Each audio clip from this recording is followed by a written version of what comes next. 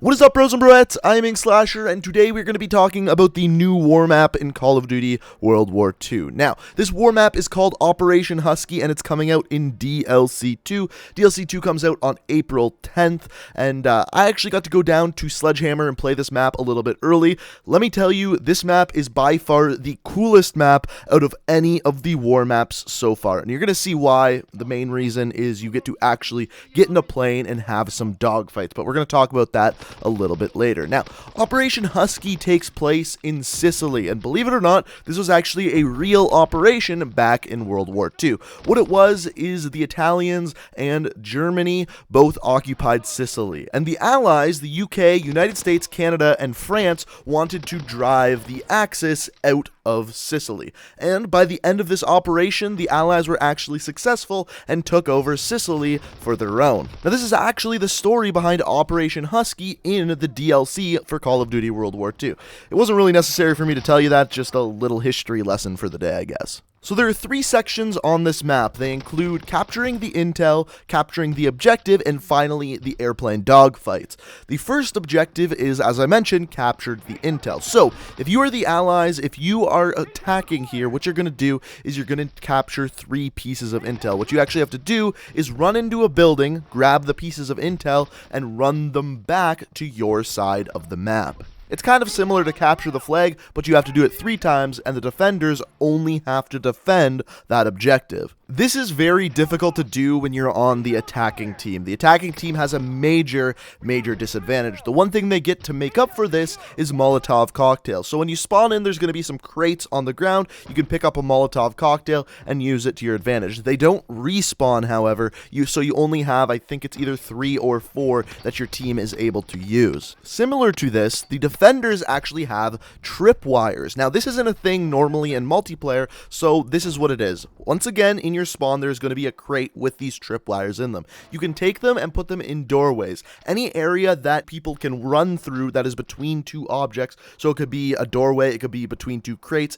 it could be between a car and a building. You can actually put these tripwires, and if an enemy runs through them, I believe even if they're using Hunker, it actually kills them. It's a very elegant way of stopping the enemies from coming and taking that intel. Once again, I believe you get 4 or 5 of these as the defending team, and on top of that as well, what you have to defend is a couple of turrets. As you can see here, I'm in the turret. It's very easy for me to pick off enemies from this position. So as I mentioned, as defenders, you have an absolutely massive advantage on the first objective here. Then if you're the attacking team, you manage to get all 3 pieces of intel and bring them back to your base. The next objective is almost like a hard point. Basically, you have to take an objective by standing in a building. If you're standing in this building and no one on the enemy team is standing in the building, you get progression. The progression never goes in reverse, so basically, you just need to fill up the bar by standing in this objective. I would definitely say that this one's a little bit easier than the first objective,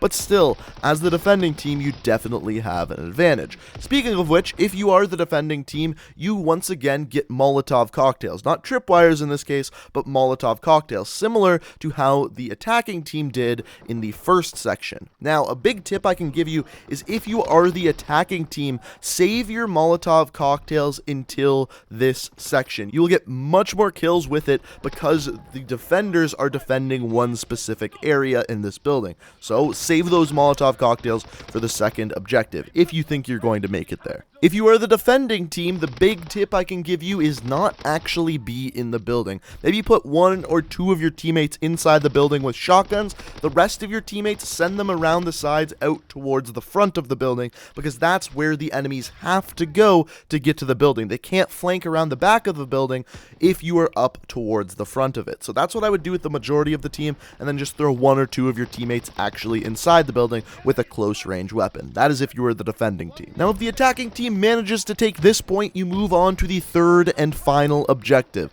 This objective is airplane team deathmatch. It is a dogfight, and it's pretty cool. Basically, each team has 25 airplane lives, and once those run out, that team loses. So basically what happens here, if the attacking team takes the objective, all of a sudden your screen goes black, and then once you kind of spawn back in, you will be up in the sky in an airplane. Now, a huge part of Operation Husky in real life was actually an air battle similar to this. So that's why it's in this map. Now, in this air battle, your controls are a lot different. The first thing you're going to want to do is probably turn off inversion. It's automatically on. Pretty much everyone we were playing with had to turn it off. I especially did. So that's something you may want to think about maybe even before you play the map. Now, the one thing I will say about this right away is the controls for this are actually pretty damn good. They're really intuitive and pretty easy to handle. The other thing that you need to know is that you can't go out of bounds. If you go out of bounds, I believe you have 6 or 7 seconds to get back into the fighting area. The way to tell whether you're going to go out of bounds or not is your mini-map. The out of bounds area on your mini-map will be red. On top of that, you can see where all your enemies are. The biggest tip I can give you for flying these airplanes is don't aim down sights. Don't hold that left trigger, because when you do, it's a lot more difficult to aim. Yeah, if an enemy is really far away, scope in, if you want to call it that. I know you're not actually scoping in, you're in an airplane, but zoom in and you may be able to pick them off there. But if you're in an up close and personal dogfight, do not hold that left trigger. It makes it way harder to shoot the enemies.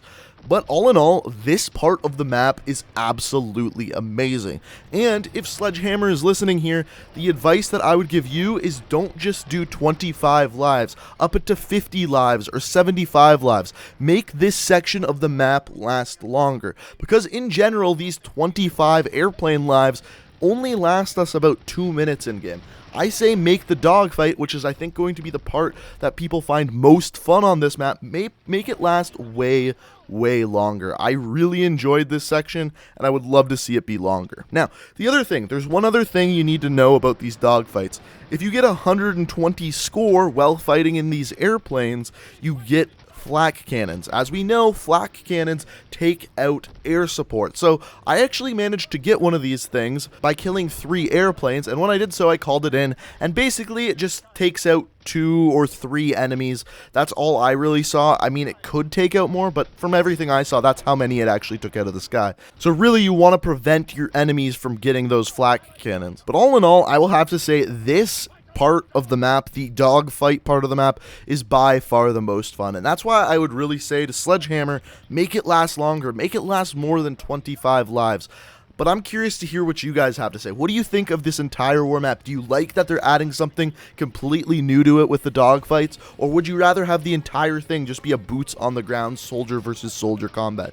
The thing that I think is really interesting about this is it may introduce something brand new into the next DLC. It may be tank versus tank, or maybe you're driving some other vehicle, maybe submarines. I don't know. They could pretty much do anything if this goes over well. So let me know what you think down in the comments below. Also, if you enjoyed the video, it would be awesome if you could hit that like button, and if you're new to the channel, be sure to hit that subscribe button, because we've got a lot more DLC 2 content coming, and much more content for Call of Duty coming every single day of the week. But guys, I hope you enjoyed the video. Thank you so much for watching, and until next time, peace out.